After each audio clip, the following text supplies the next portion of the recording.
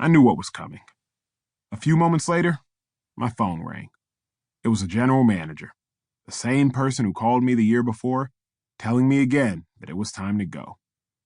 I got up off the operating table, took off my gown, and caught a ride back to the team's practice facility. I was less than an hour removed from surgery and still foggy from the pain meds, but upon arrival, I was asked to return my playbook and empty my locker immediately. I turned in my team-issued iPad and received in exchange a large black garbage bag. I awkwardly opened up my locker with my left hand, my right still heavily bandaged and punctured with pins, and item by item, I dumped the memorabilia from my locker into this large black hole. As the bag filled up, my emptiness increased. I spent the next few weeks rehabbing and the subsequent months training, waiting for a callback from an NFL team. Any NFL team. I remember stealing some traffic cones from a parking lot in Philly and using them to do drills in an alley behind my apartment. I found empty fields to train on.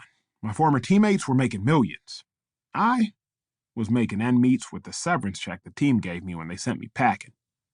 It was embarrassing. Though I was not seeing a psychologist at the time, the word depressed crossed my mind on more than one occasion. It was dark, cold, lonely, and I had no end in sight. My friends in the NFL were busy playing, and my non-football friends didn't live in Philly. I was alone. I was sad. I didn't know where to go. It all felt like something I'd feared my whole life. Failure. From the injury to the release, to the solo workouts, I saw the life I worked so hard to attain, the success I competed for with my whole body, mind, and soul just slipping away. And though it wouldn't be the last time I stepped on an NFL field as a football player, it was a major turning point in my life. During that time, I had a decision to make. I could either do the logical thing, sit, train, wait for a team to call me back, or I could do the illogical thing, pour all that energy into something completely new that I had no experience in. Eventually, I made up my mind to choose the latter and decided to pursue a career in media. Now, prior to this, I had put my head down, worked hard, forewent my individuality for the sake of the team. But now, despite all signs pointing away, I knew I needed to step out, use my voice, and share what was inside me with the larger world. This decision changed everything. Instead of chasing a dashed dream, I began to believe in my heart there was something more to me, something more for me, more to my story.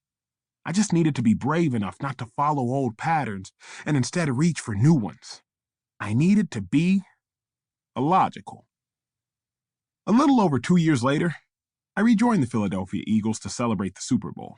Except this time, it wasn't as an NFL player. I was a television analyst.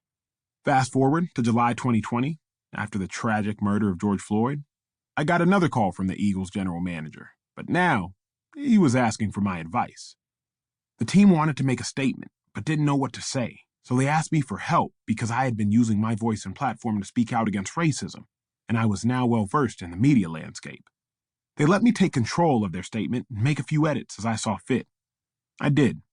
That same general manager, the one who allowed me to be cut 5 times before I turned 25, would call me again a few weeks later, asking me to come speak to the entire team about how to best stand for justice in the midst of our world's turmoil. My illogical path led me straight to my truest calling. Now, before we get any further, let's start with a working definition of what logic actually is. Logic, for the purpose of this book, is conventional wisdom, the thoughts, beliefs, and opinions held by the majority of people around you. But let's break it down even further. That word conventional is derived from the word convention. So what is convention? Well, our friends at Merriam-Webster tell us it's a general agreement about basic principles or procedures. Wisdom is defined as the fact of being based on sensible thinking. Putting the pieces together, conventional wisdom is a general agreement about basic principles or procedures based on sensible thinking.